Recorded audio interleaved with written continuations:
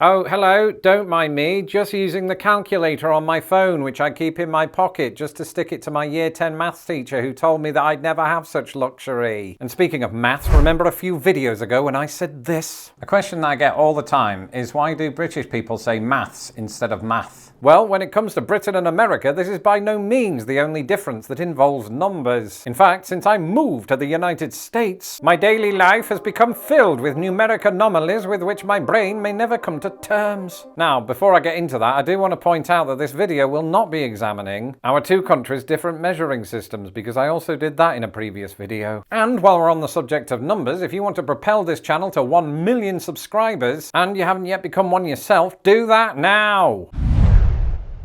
In the meantime, here are 10, yes 10, ways that British and American people use numbers very differently.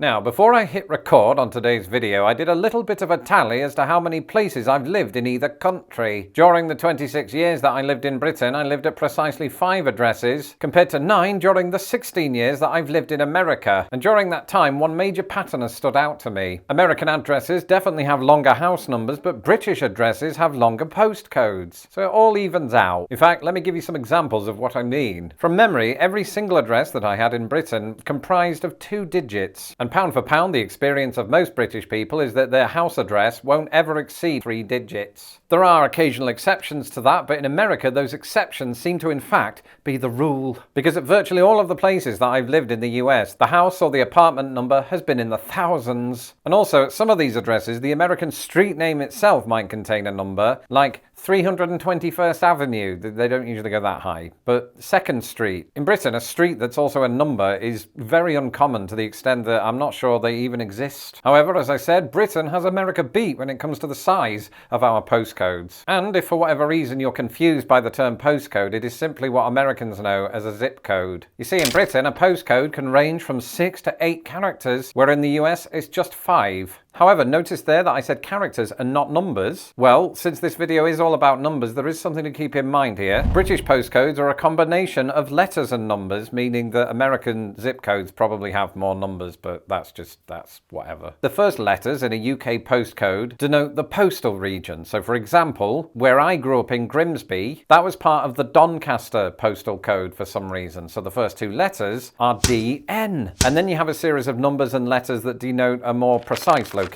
And that's it. In America, it's just numbers, so that's easy. And basically, the first couple of digits are arranged by state. So here in the state of Illinois, those first 2 digits range from 60 to 62. Of course, when it comes to the size of your house number, there's one group of people who don't give a flying herd of badgers, and that's data brokers. Instead, they're so preoccupied with making bank from selling your address to people search sites. After buying my first American house, I started showing up on hundreds of them. How do I know? Because each instance was identified by today's sponsor, Incogni. Incogni is a personal data removal tool that not only gets in touch with those data brokers, but requests that they take down your data. And it works too. Incogni very quickly worked its magic and I was removed from all of the sites in question. And for a YouTube sensation like me, or for people with real jobs, nobody has time to manually submit removal requests alone. In fact, who knows, maybe data brokers rely on this to break your spirit. The point is, Incogni raises mine. If your personal details are showing up on people search websites, Incogni will help you remove them. In fact, they're giving my subscribers 60% off their annual plan. Head to incogni.com/lostinthepond to get your discount and to thereafter protect your data. The link is in my description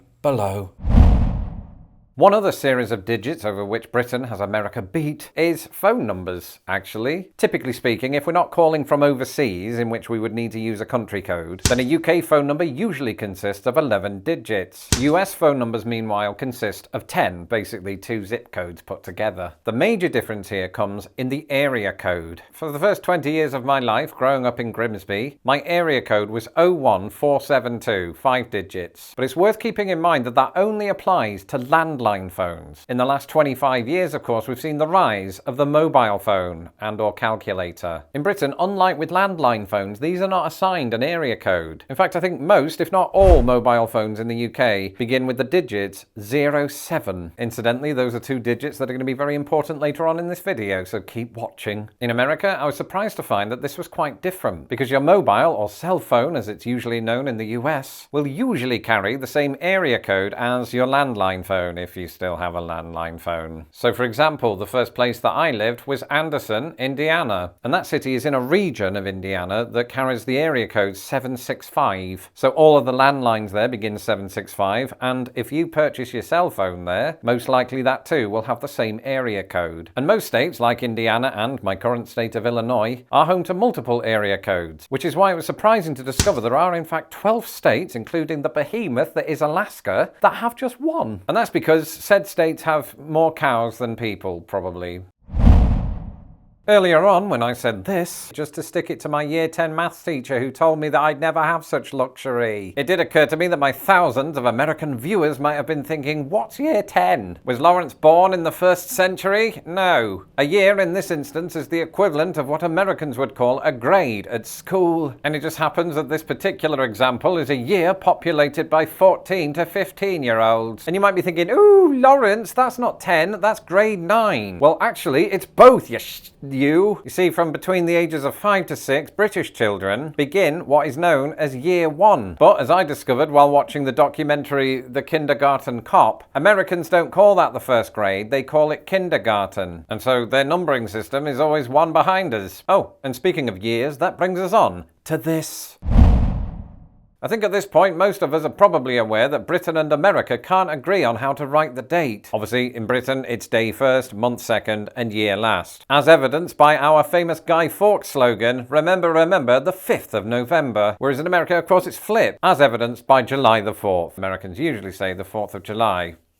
I don't know why they do that, but for everything else, it's the month first and the day second. Why do they do that? Well, you'll just have to watch my YouTube short all about it.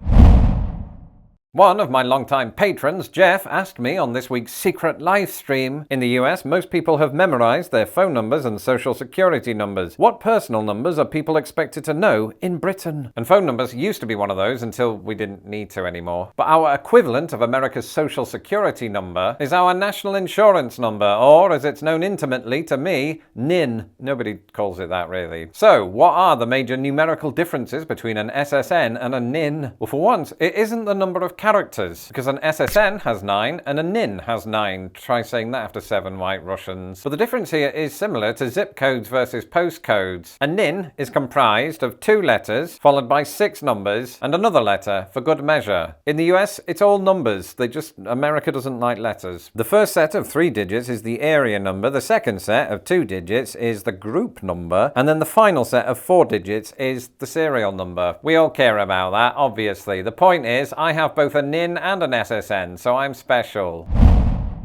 Time. Is it real? Oh, that's a different video. Well, sometimes, to people like me who've lived on 3 different time zones, time can feel like it's ahead of its time. So I don't want to get bogged down in that, because there are other differences to talk about, namely how we tell the time. For instance, in Britain, if the time is 9:15, we might well say it's 9:15. In America, you often hear a 9:15, and similarly, Brits might refer to 9:30 as 9:30, whereas Americans might say 9:30. But the biggest difference between British and American digital clocks can be seen once we get to 1 o'clock in the afternoon. At that point, in America, clocks will simply say 1 o'clock. But not in Britain, where it suddenly goes from 12:59 to 13 o'clock. And that's because British clocks are on military time. And when I lived in Britain, I never knew this as military time. In fact, it was Americans that alerted me to this term. I just thought of it as time, like the whole world does this. And now that I know that it is military time, I'm confused that America doesn't do it, because they have the biggest military in the world. And then I found that the US military does do it, but the general public doesn't. Either way, to this very day, I instinctively know that 7 p.m. in the evening, that last word was redundant, is equal to 19 o'clock. I should point out that British people don't go around saying 19 o'clock. In conversation, we would say 7, which makes it even weirder, I suppose, that our clocks don't do that.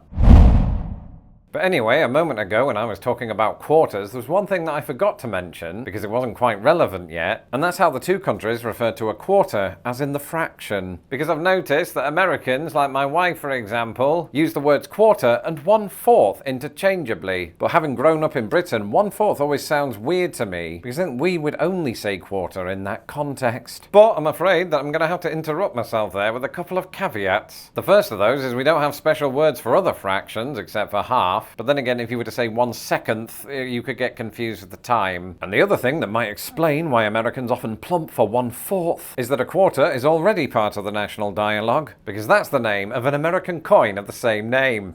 Did you edit this? And I want to finish this video by talking about three numbers in particular, the first of which is 0. Is 0 a number? I'm no mathematician. And 0 is an interesting one to me because both countries have synonyms of the word zero that the other country doesn't have. In America, somebody might say, I got zilch, as in, I've got nothing. Whereas Britain's alternatives for this nice round number are often context dependent. Firstly, you've got nil, which you often find in sport, as in, Grimsby Town Football Club won the FA Cup final 6-0, whereas American commentators are more likely to say 6-0 or 6-zilch. And then there's the word naught, which from memory is what I called 0 when I was a little kid. But it's also used in the title of a game that Americans call tic-tac-toe, a game that we call noughts and crosses. And remember earlier when I said this? My area code was 01472. This use of O to denote 0 in phone numbers is not something you often hear in America, where the preferred option would be 01472.